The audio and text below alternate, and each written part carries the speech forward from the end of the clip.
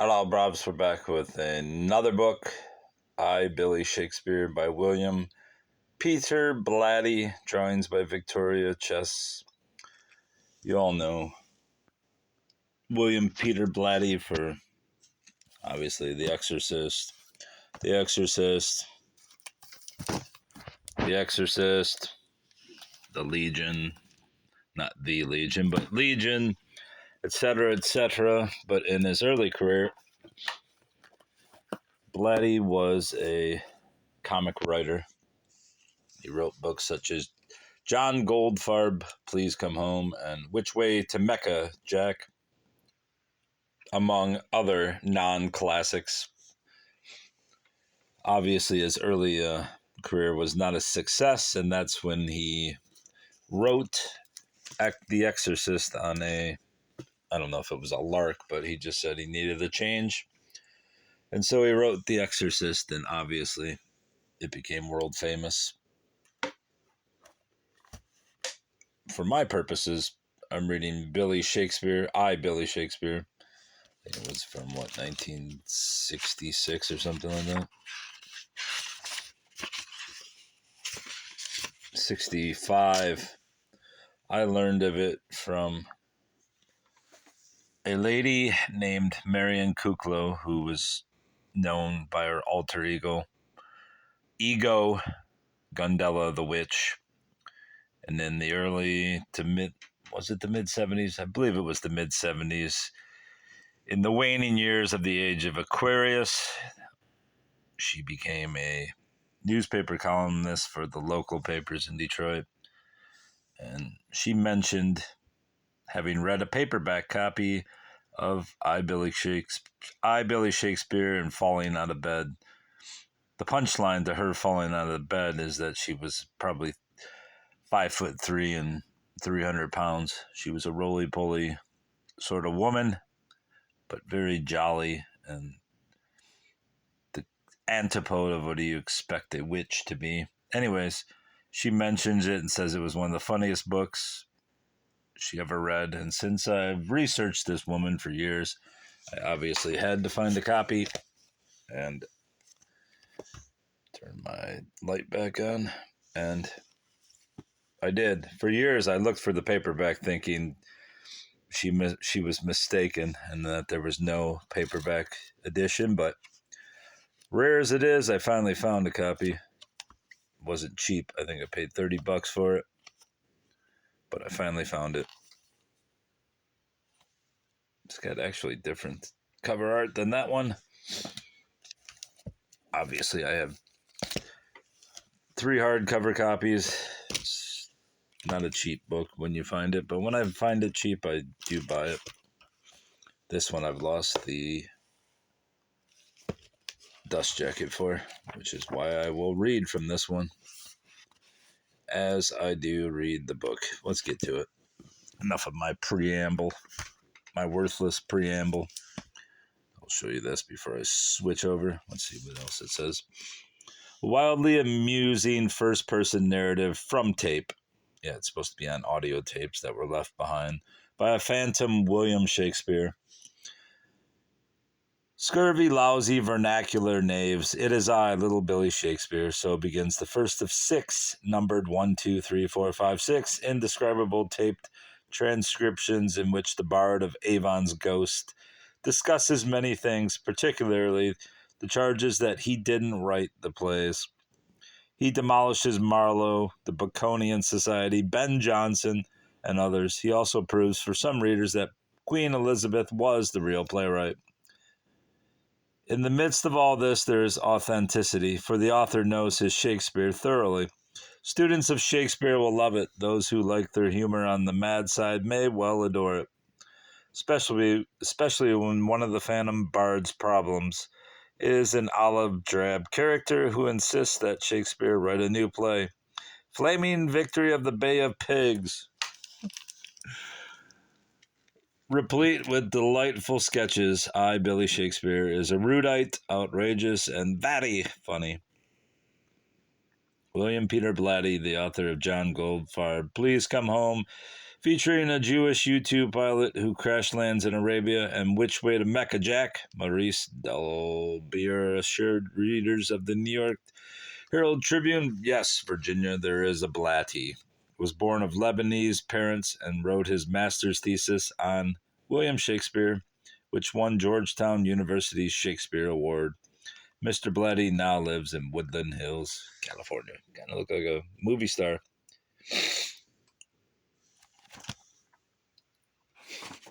All right, let's start this. And since I don't edit videos, I merely push pause and just do whatever I have to. Editing's for other people. Let's get through this book. For Chris, Mike, and Mary Jo, with love from their father. Editor's note: the texts that follow are verbatim transcriptions taken from a series of 6 spoken language tape recordings provided by an agency of the United States government.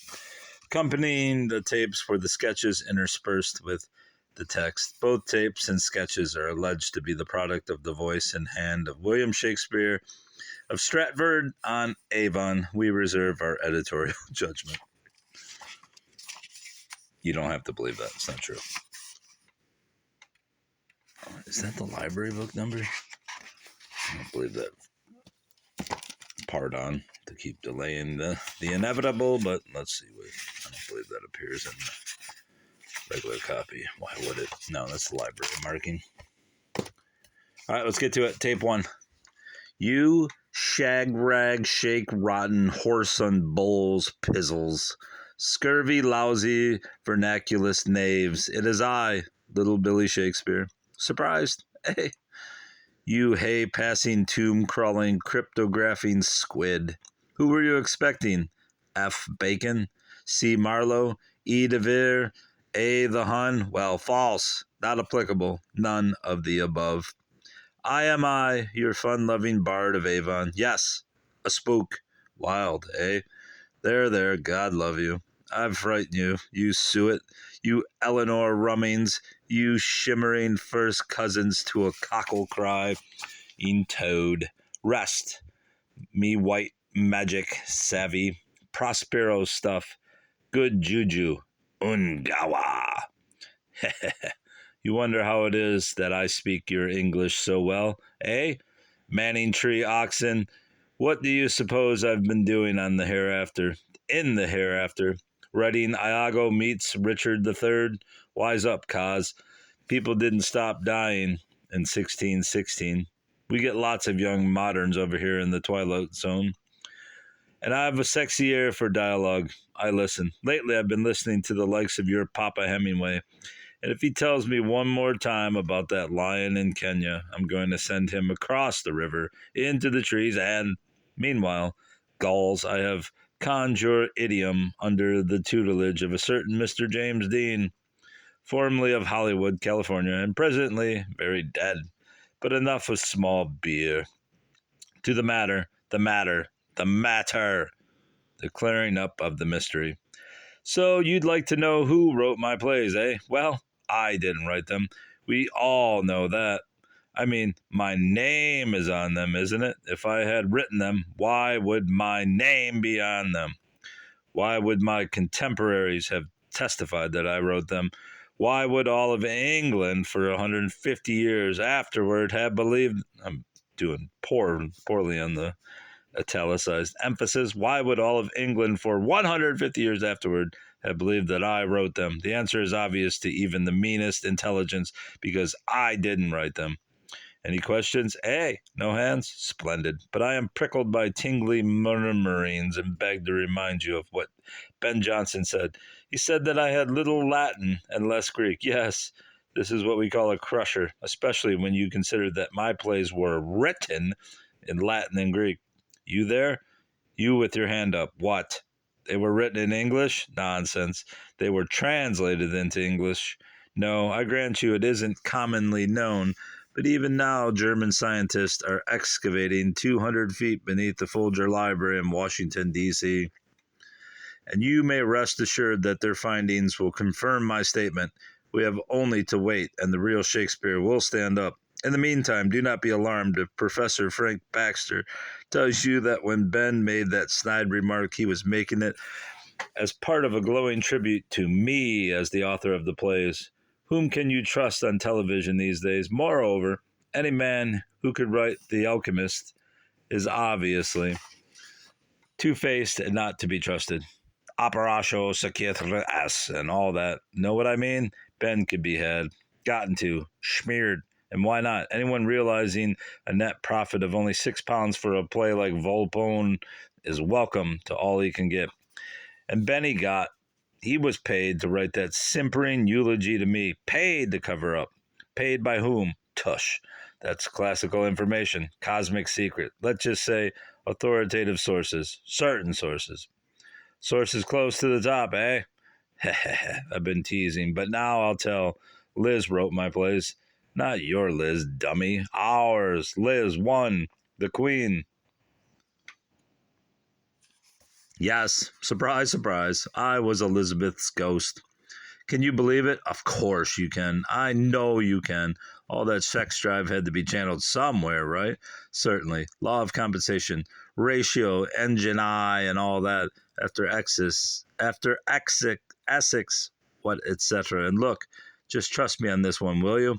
Liz wrote the plays. Let's not even argue about it. And please, please don't ask me why she covered it up. I mean, how would it look for the Queen of England to be known as the author of lines like, he had not been there, bless the mark, a pissing while, but all the chambers smelt him. When didst thou see me heave up my leg and make water against a gentlewoman's farthingale? How would it have looked, eh? Damn poor show for the Queen. That's how it would have looked. It would have been disaster. Liz wrote them all right, but look at you drab scullions, you slack-jawed skeptics. Want proof? Yes, proof. Well, proof you shall have, as follows. Liz was born September 7th, 1533, converted to all number dialing. This yields the rather magical, fantastical number 97-15-33. So far, nothing, right? Right? But wait a second. Wait. Assume that the 15 signifies the 15th Shakespearean sick play by date of composition. That would be Henry IV, Part 1. The 33 then would signify Act 3, Scene 3. And if we add the 9 and the 7 totaling 16, we may proceed to the 16th speech by a character in Act 3, Scene 3 of Henry IV, Part 1. Know how that speech begins, dummy? It begins, now as I am a true woman. Convinced? No, you want more. Lud, where is faith? But more you shall have, as follows, multiplying the 9 by the 7 yields 63. This minus the last two digits of our Marvy's magical number 33 yields 30. Now add to that, you can add, can't you? The first two digits of our magical number 15, and our sum is 45. 45. Go ahead, count down 45 lines from the start of Act 3, Scene 3. You will arrive, leak heads, at the words ignis fatuus. Look at them, look.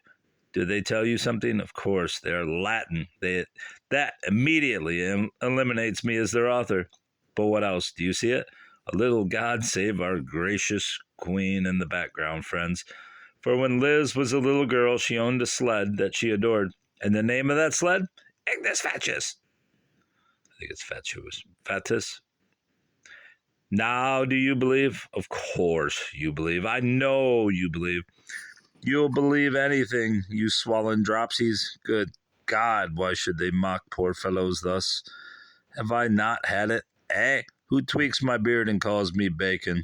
Why, that fop essayist, that penner of letters to the Times who never wrote a hit play in his life. In his life, boobies, in his life. Or would you have me, Marlowe? Why, that flaming atheist cloak and dagger. In 7 plays, he writes one quotable line. One! Is this the face that launched 1,000 ships and burned the topless towers of Ilium? Big deal, as Jimmy would say. It took a smart college kid to write that one, now didn't it? My younger brother Gilbert wrote better lines on Privy Walls, and at least Gil signed them. Marlowe's Magnificent 7 appeared anonymously. Tell you anything, Cos? Well, it tells me something. It tells me good riddance to bad rubbish when Marlowe got his in that tavern brawl at Deptford in '93. In the head, my darlings. He got it in the head. A knife wound over his right eye, 2 inches deep and 1 wide, enough to kill an elk, enough to kill a caribou, enough to kill a bison like Marlowe, in fact. But no, cries one of your Marvy researchers.